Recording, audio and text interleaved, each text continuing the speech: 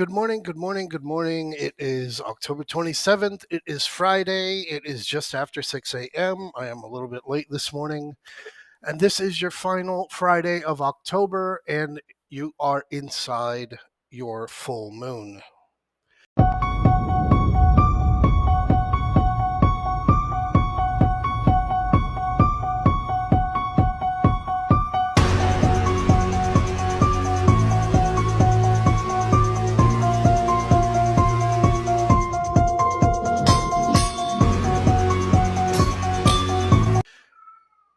For those of you that are fresh, you've only been around a couple of months, couple of weeks, couple of days, you'll understand a lot more about what we're talking about here in the weekend video that I'll put out on Sunday.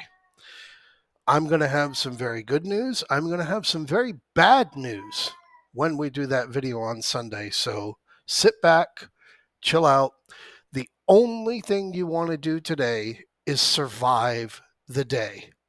Survive the day. If that means you avoid 0 DTE at all costs, you survive. If that means you survive anything with an October expiration by getting involved, you survived. Don't jump in front of the truck. There is a much bigger, broader picture out there. I can tell you, going back year after year after year after year, with this here being the second half of 2001. And we all remember what happened there in September of that year. Sit back, relax, chill. I will give you an update though as we went into into August. At the end of July, when, if you remember, those of you who were around, we were short 2 days too early. 2 days early, but we had the August 25 expirations. We had 14 gaps below. We now have 6. 41.30, 41.15, and onward down as we go. The gap that we filled yesterday, 41.55, 41.51, was a very, very bad move. That was a bad thing to do. Very, very bad thing to do.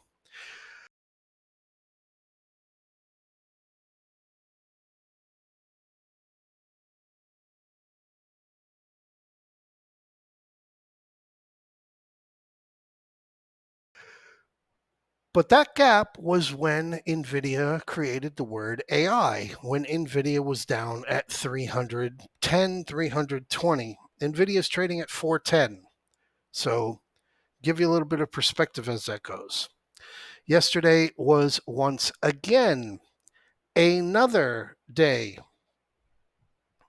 for the month of October where not only did the lower edge not get breached, but the 2 times that it did breach, it closed above.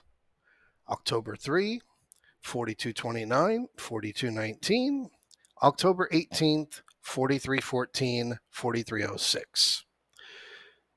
The system works. Don't try to teach your father how to make a baby. I'm doing this longer than most of you have been able to drive a fucking car. So as we move over here and look at where we've been at the SPX, it's another one where, again, having had since last week, Tuesday, 43.93 to breaching unallowed levels to be breached yesterday, we've had a 6% drop, but we're trading in these 55, 60, 69 on Thursday of last week, 53, 66 on Monday. We're trading in these still relatively non-volatile larger ranges. We're not trading in the 30, 20, 15 that everybody got stuck in, August, September with. We're trading a range. Thus, we're able to take advantage of it, but at the same time, this is not a very nice place to be. Bring over here onto the QQQ, and it's a much different story over there. As you can see, you have now had 2 back-to-back minus 2% days. We've breached almost all the way down to I never thought we would get to levels starting way back there up in July. And we are down there. We are down there pretty fucking significantly. So again, everything is in the QQQ. This is the place where your attention is more warranted, as you have seen on the emails that I have sent out over the last 2 days. So quickly leave you on to the charts. Again, here with the QQQ, looking at a very big ABC equals A, and this is not a good thing to be looking at. We've breached down to 342. We have broken below 351. 351 is extreme significance. After we can get to 351, that 355, 357 area is an area where a very large win takes place, where we have regained prior support. Retracements, blind eye, 36, 362, 365, blind eye. Bring it into the QQQ and literally just looking at where we have gone for the last couple of days, and I haven't even marked any of the gaps that need to be filled above. That 356, 357, 358, 360 area, this is where the meat and potatoes are if you're going to go out there into November. So on your SPX, again, you've got your gap, your big gap there from Tuesday night. It's not filled. 42, 47, 42, 32, 33, whatever. Very tiny gap that we were going to fill yesterday, and then it just all fucking fell apart. And we broke the rules. We broke the rules. We got down below 41.55. We got to minus 10% from the July highs.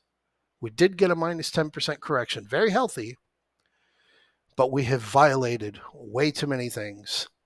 Coming all the way down to that 41.36 that I said is the end of the world if it breaches. And then they decided, you know what, let's go see whether or not they can really check us out. And we closed right on top of it. So not a very good place to be, trust me. And here we go with futures all night long. Since the close, we have just been sideline flat. Snaking sideline flat. Had your volatile day yesterday, your big run up there, printed 4,200, and then slammed down below this election and the prior 2016's in February support line. Not something I'm a big fan of, but again, this big 41.55 that it came down to multiple times yesterday, not a happy camper for anyone that has been in this mode going since the beginning of the year, going since a year ago in October. Things have changed. In the last 2 days, they have made some very, very big changes to what's coming in the future. So I leave you here with the VIX. The VIX, we have not crushed the VIX 2 Fridays in a row. 2 Fridays in a row, having crushed the VIX every fucking Friday. 2 Fridays in a row, we have not crushed the VIX. The VIX, we'll show you here. Forgot to put it down. Has a gap down there at 19 from Wednesday. Unfilled. Getting lower lows on the SPX and higher lows. Lower highs Friday. Lower highs on your VIX. The course very well could have been run, and we're going to find out very soon. A Crush the VIX Friday would be an adorable act of kindness. But again, today, your primary focus is do not get into trouble. Don't end your week even more fucked up than any of that what took place on Wednesday is leaving there. Finish your week off without getting hurt, staying out of everybody's way, and don't get into trouble.